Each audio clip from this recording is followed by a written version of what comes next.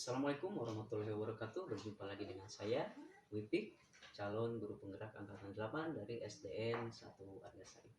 Pada kesempatan kali ini saya tidak sendiri. Pada kesempatan kali ini saya ditemani oleh Ibu Titin Mustoro. Beliau adalah guru pendidikan agama Islam di SDN 1 Argasari. Assalamualaikum warahmatullahi wabarakatuh, Ibu Titin. Waalaikumsalam warahmatullahi wabarakatuh, Pak. Bagaimana kabarnya hari ini?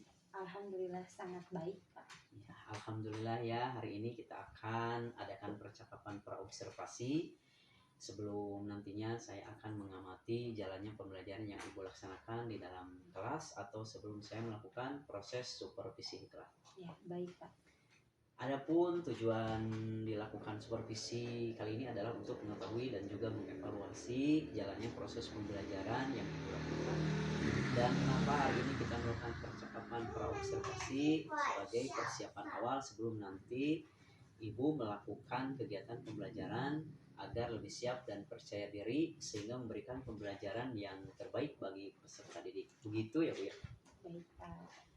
Ada beberapa pertanyaan ya Bu yang akan saya sampaikan kepada Ibu. Yang pertama berkaitan dengan tujuan.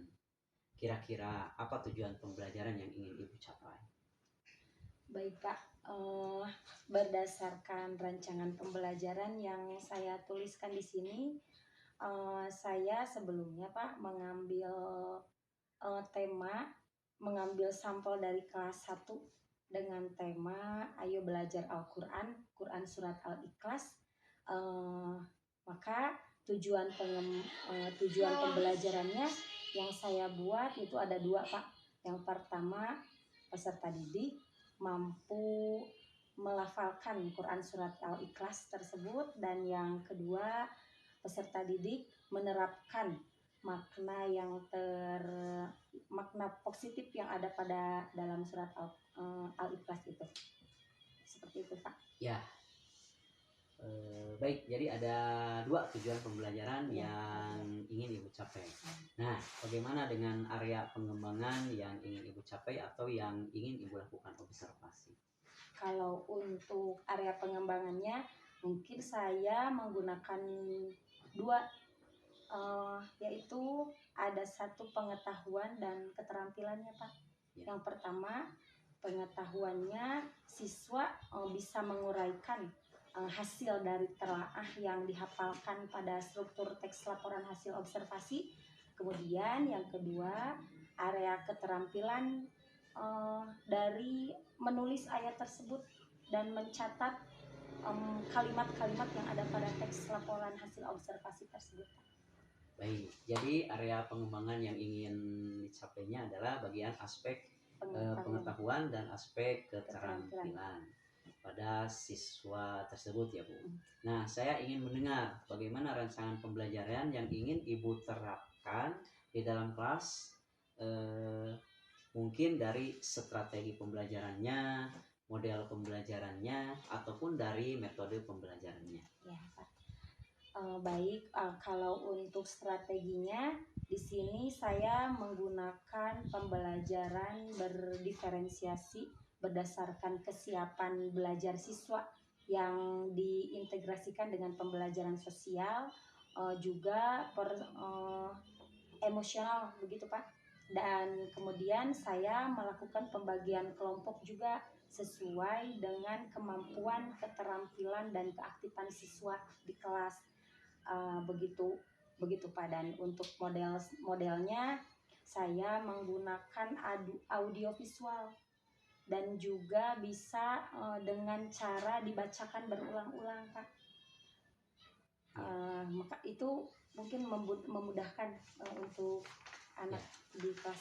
Ya, jadi rencana yang akan Ibu terapkan di dalam kelas menggunakan strategi pembelajaran berdiferensiasi yang diintegrasikan dengan pembelajaran sosial dan emosional, menggunakan metode pembelajaran audio visual juga, itu untuk memudahkan anak dalam menangkap pembelajaran. Kemudian dengan metode diskusi juga ya, tanya jawab dan penugasan. Nah, bagaimana dengan media pembelajaran yang akan Ibu pergunakan di dalam kelas? Kalau untuk medianya, karena saya menggunakan metode audiovisual, jadi mungkin kalau untuk medianya saya menggunakan laptop dan juga infocus, Pak. Kemudian menyediakan juga video yang menarik agar mudah untuk ditangkap pembelajarannya, karena mungkin di kelas 1, karena di sini di kelas 1 Pak, semua anak di kelas 1 belum tentu semua sudah bisa membaca dengan lafal gitu Pak. Jadi dengan adanya audiovisual itu bisa membantu pembelajaran lebih baik dan Ya. menarik. Oke, jadi media penggunaannya yaitu sudah menggunakan media digital ya. Ya. Alhamdulillah. Nah, kira-kira kapan nih Ibu akan melakukan kegiatan pembelajaran tersebut? Di hari apa dan jam itu berapa? Kebetulan kalau untuk jadwal kelas 1 itu di hari Jumat Pak. Hari Jumat jam pertama sampai jam keempat begitu.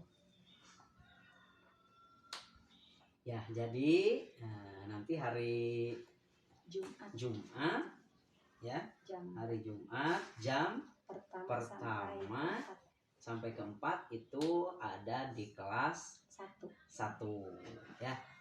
Dan nanti saya akan datang ke kelas Ibu, saya akan melakukan supervisi kelas, saya akan lihat juga, mencatat hal-hal apa saja yang terjadi di dalam kelas Ibu.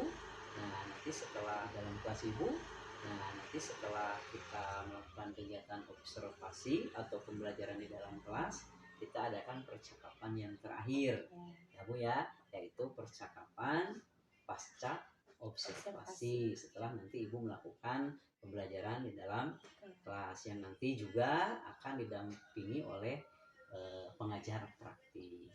Baik Pak.